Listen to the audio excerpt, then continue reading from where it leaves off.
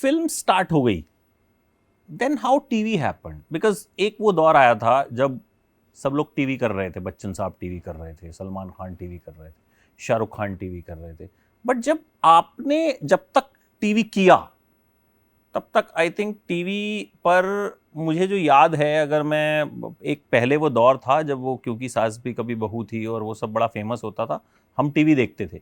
उसके बाद हम भूल गए कि टीवी पे कौन सा सीरियल चल रहा है। ठीक है, एक ही सीरियल का नाम सुनाई देता था, अनुपमा। देखा मैंने आज तक नहीं, बट मुझे पूरा पता होता था रील्स के थ्रू, खबरों के थ्रू, कि भाई ये एक सीरियल है, ये बहुत चलता है। मतलब जब देखो आप टीवी पे कोई अगर वो शो देख रहे होगे जहां पे भी जो सास बहू टाइप का, आपको वो दिख जाएगा। उस वक्त हाउ यू डिसाइडेड कि टीवी करते हैं? तब एक्चुअली वो ज़माना ऐसा था जब टेलीविज़न बड़ा इवॉल्व था और टेलीविज़न पे बड़ा अच्छा काम होता था, और शायद यही वजह थी कि actors like me were also doing television. मतलब हम ऐसा नहीं था कि टेलीविज़न से अगर मुझे कोई ऑफर आ रहा तो मुझे सोचना पड़ता था। हमेशा अच्छा ही आता था जो भी आता। बहुत सारे ऐसे डायरेक्टर्स जिन्होंने बाद में फिल्म्स बनाई, चाहे वो ग्लेन अंकुश हों या इम्तियाज़ अली हों या अनुराग कश्यप हों या अनुराग बसु हों, ये सब पहले टेलीविज़न के डायरेक्टर्स रह चुके हैं। अनुभव सिन्हा, ये सब टीवी डायरेक्ट करते थे पहले और बड़े बड़े शोज इन्होंने किए।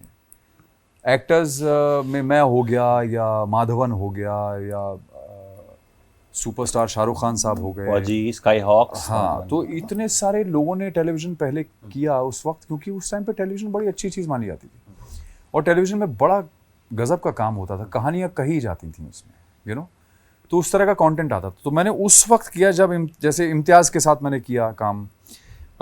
इम्तियाज़ मेरा मित्र है बहुत पुराना तब से ही, क्योंकि हमने बड़ा अच्छा काम किया और बड़े अच्छे लोगों के साथ मैंने काम किया उस वक्त। तो भट्ट साहब के साथ मैंने काम किया, महेश भट्ट के लिए मैंने 2-3 बार काम किया। तो बड़ी अच्छी कहानी उस टाइम बनाई जाती थी और फिल्म्स की तरह ही होती थी, वो 2-2 घंटे की स्टोरीज बनाते थे। तो उस वक्त मज़ा आया।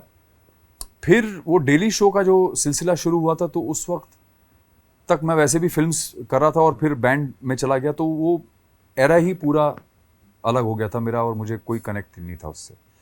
फिर ये भी सुनते थे कि यार डेली शो में 30-30 दिन काम होता है और 24 में से 25 घंटे काम होता है, तो मतलब लोग हॉस्पिटल जा रहे हैं, कोई बीमार पड़ रहा है, कोई मर रहा है, कोई बिल्कुल लटका हुआ है। तो ऐसी हालत सुन सुन के लगता था कि यार ये कैसे काम हो रहा है, क्या हो रहा है ये।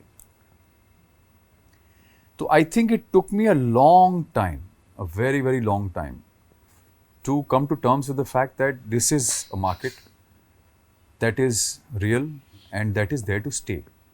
But by that time I was already doing a lot of work और मैंने बहुत काम किया till COVID happened.